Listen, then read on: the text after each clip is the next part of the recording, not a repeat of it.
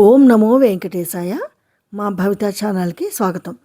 ఈ వీడియోలో ఆలు ఫ్రై మూకుడికి అతుక్కోకుండా చక్కగా క్రిస్పీగా కరకలాడుతూ రావాలంటే కొన్ని టిప్స్ చెప్తున్నాను, దీన్ని ఫాలో అవ్వండి. ముందుగా ఆలుని ముక్కలు చేసిన వెంటనే చక్కగా నీళ్లు పోసి ఒక 2 టైమ్స్ బాగా వాష్ చేసేసి ఆ వాటర్ అంతా వంపేసేయండి. మీరు ఆ వాటర్ కడుగుతున్నప్పుడు చూస్తే మీకు వాటర్ వైట్ కలర్లో కనిపిస్తుంది, అంటే ముక్కలకు ఉన్న స్టార్చ్ అంతా కూడా వాటర్ నుంచి బయటకు వెళ్ళిపోయిందనమాట.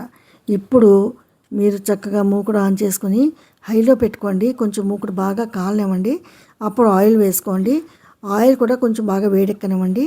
తర్వాత ఆయిల్ కూడా ఒక గరిటెతోటి చక్కగా మూకుడు అంతటిని స్ప్రెడ్ చేయండి.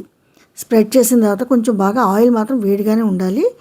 తర్వాత కొంచెం బాగా వేడెక్కిన తర్వాత మీరు కావాలంటే సిమ్లో పెట్టుకోండి. ఇప్పుడు ముక్కల్లో కూడా కొంచెం ఆయిల్ వేసి మీరు చక్కగా కలుపుకోండి. ముక్కలన్నిటికీ పట్టించండి ఆయిల్ని. కొద్దిగా ఒక 2 స్పూన్స్ వేస్తే సరిపోతుంది. ఆయిల్ బాగా పట్టించేసి అప్పుడు ముక్కల్ని నూనెలో వేయండి. మీకు అసలు మూకుడు కతుక్కోకుండా చాలా బాగా వస్తాయి. చివరిదాకా చూడండి, మీకే అర్థమవుతుంది అన్నమాట.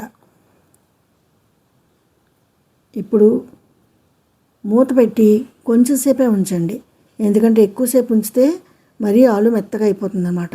కొద్దిగా ఉడుకుతోంది అన్నప్పుడు ఇంక మూత తీసేసి దాన్ని అలాగే కొంచెం ఫ్లేమ్ కూడా కొంచెం ఎక్కువలోనే పెట్టండి. సిమ్లో అయితే పెట్టకండి, కొంచెం మీడియం కంటే కొంచెం పెంచండి. అలాగే ఉంచి కలుపుతున్నారనుకోండి చాలా ఫాస్ట్గా అయిపోతుంది, మంచిగా క్రిస్పీగా తయారవుతుంది అన్నమాట వేపుడు. ఇది చాలా మటుకు ఆలు ఏంటంటే ముద్ద అయిపోయి మూకుడు కతుకుపోయి చాలా చాలా చిరాకు పెడుతుంది. అలా కాకుండా ఈ టిప్స్ ఫాలో అవ్వండి, సూపర్గా క్రిస్పీగా ఉండే ఆలు ఫ్రై రెడీ అన్నమాట. సో ఈ వీడియో మీకు నచ్చినట్లయితే లైక్ చేయండి, షేర్ చేయండి అండ్ సబ్స్క్రైబ్ చేయండి. Thank you.